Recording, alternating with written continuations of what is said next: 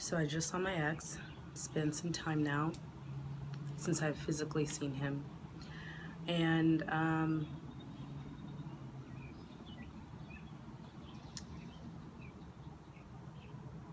don't know how well I'm doing. And it's, like I said, been a year uh, since the divorce has been finalized. And this is one of the areas that I still have a tough time with.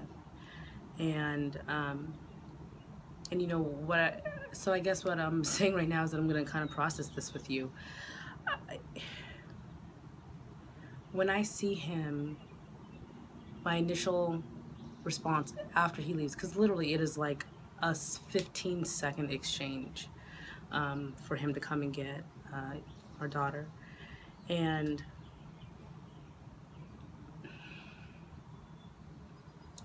what it does is that it kind of like strikes that, it hits that wound that's still kind of open of just the hurt that I feel, and not even just the hurt, to be more specific, the loss of love, the uncaring, the feeling like I'm not enough, feeling inadequate, feeling like there's something wrong with me. And it's interesting how all of these things that start to happen are all around how I'm not good enough. And I know that's not true. Like, I 100% know that that is not a true statement. And when I think more on it, what he kind of has been, what his presence does to me is that it exposes all those things in me. It exposes all those hurts, it exposes all those pains, it exposes all those abuses and traumas that have been done to me. And he's kind of the face of that right now because, you know, he was supposed to love me, he was supposed to cherish me, he was supposed to care for me, he was supposed to protect me.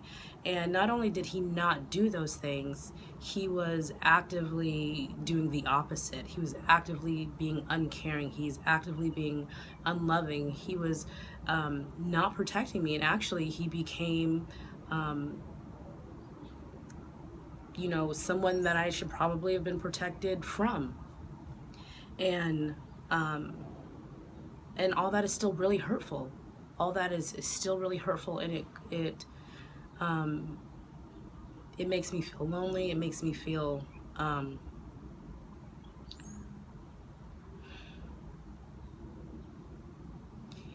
it just makes me feel so hurt still. And I know, like I said, I made the right choice. This is one of the reasons why I know that I made the right choice, was because of how hurtful and abusive he was.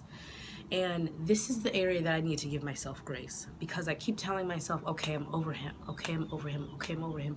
It's not that easy. It's been a year, and that's really not a long time when you love someone and you have created this space in your heart to only be occupied by them, and this life that you were expecting to have, that they were always going to be present in, and the children that you were no longer going to be able to have together. The fact that I'm no longer going to be able to, you know, look at my own child and share that experience of awe and love and wonder with the person who helped create her.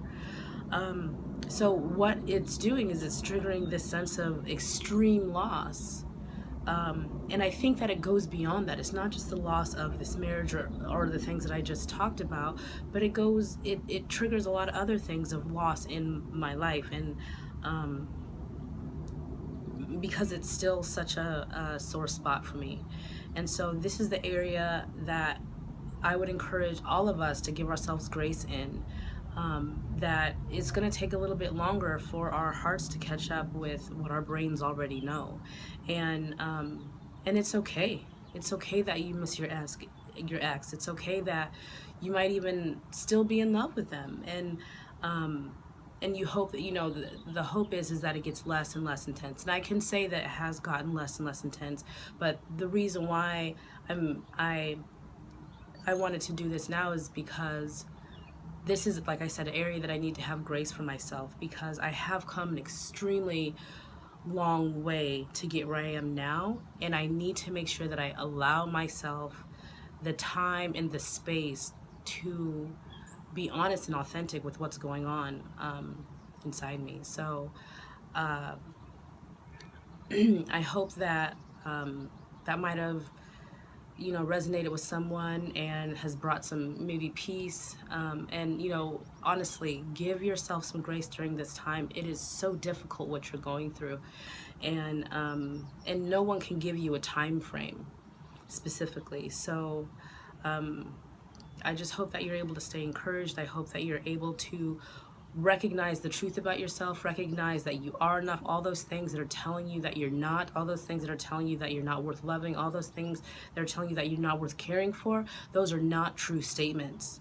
They're not true statements. And even though you feel these things, you need to recognize the truth. And then when you call those things out, when you call those truths out, then it becomes much easier for your heart and your spirit to recognize those truths and to recognize those truths and to say, what I'm feeling right now, it's not true. It's not true. And also recognize where they came from. I think it's going to be really important to do the work to find out where these negative ideas came from, whether it was from your ex, whether it was from your parenting, whether it was from whatever it is. Find out what those things are and call them out. So I will say goodbye. Thanks for listening.